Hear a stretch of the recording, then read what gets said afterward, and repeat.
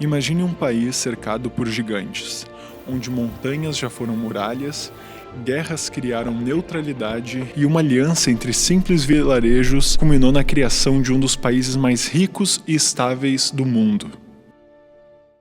O meu nome é Ângelo e hoje eu vou te contar sobre os 4 momentos históricos que moldaram a Suíça como ela é hoje, rica, democrática e neutra.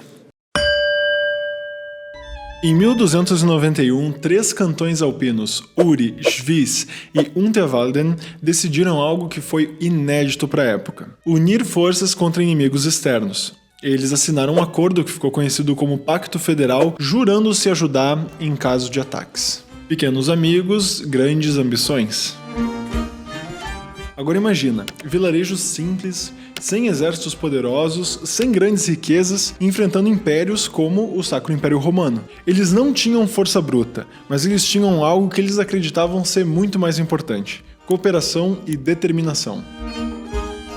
Nessa época, a Suíça era extremamente expansionista e participou de inúmeros conflitos durante a Idade Média, batendo de frente com inimigos poderosos, como por exemplo a dinastia Habsburg. Dá uma olhada como que era um Habsburg. Sua reputação como guerreiros quase invencíveis se espalhou pela Europa, e suas vitórias lendárias fizeram com que os suíços se tornassem alguns dos mercenários mais requisitados, inclusive pelo Vaticano, tradição essa que sobrevive até os dias de hoje.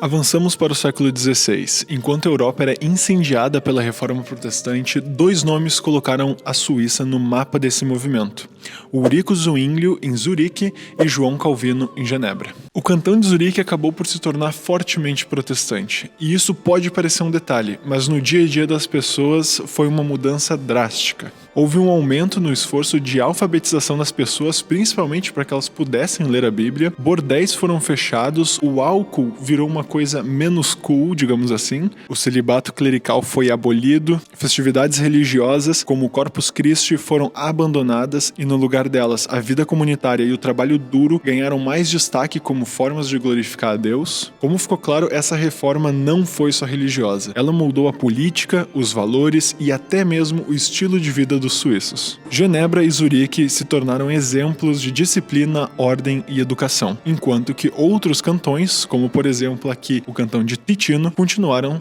sendo católicos.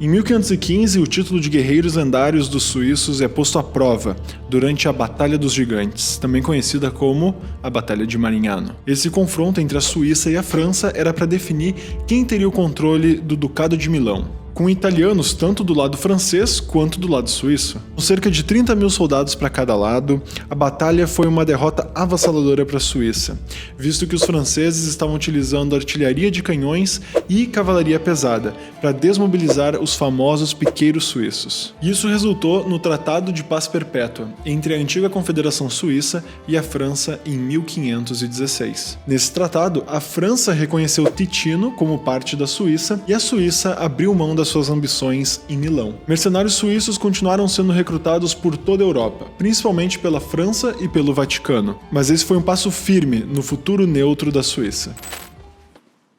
E se tu tá aqui até agora é porque tá gostando, né? Então curte o vídeo e se inscreve no canal pro YouTube te recomendar os próximos. Valeu! Em 1848, o chamado Pacto Federal foi criado, e com ele, os cantões se uniram formando um Estado federal moderno, baseado na democracia, na liberdade e na neutralidade. Mas essa transformação não veio sem desafios.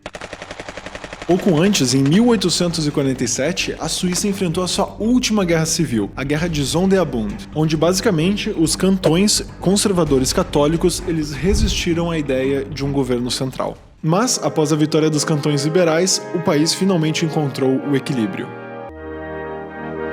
Nascia então a Suíça moderna, um país onde cada cantão mantinha a sua autonomia, mas ao mesmo tempo eles trabalhavam em harmonia. Muito parecido inclusive com como é nos Estados Unidos. O Pacto Federal trouxe avanços extraordinários, como por exemplo a liberdade de imprensa, o comércio unificado, a proteção dos direitos individuais e, talvez o mais importante, um exército centralizado. Pela primeira vez, a Suíça se tornou de verdade uma nação unificada. Esses foram os 4 momentos que definiram a Suíça como ela é hoje: livre, rica e democrática. Agora uma pergunta genuína pra ti: qual desses momentos tu acha que foi o mais relevante pro resultado que a gente tem hoje? E deixa aí nos comentários se tu tiver alguma dúvida, algum tópico que tu gostaria que a gente falasse aqui no canal, e eu te vejo no próximo.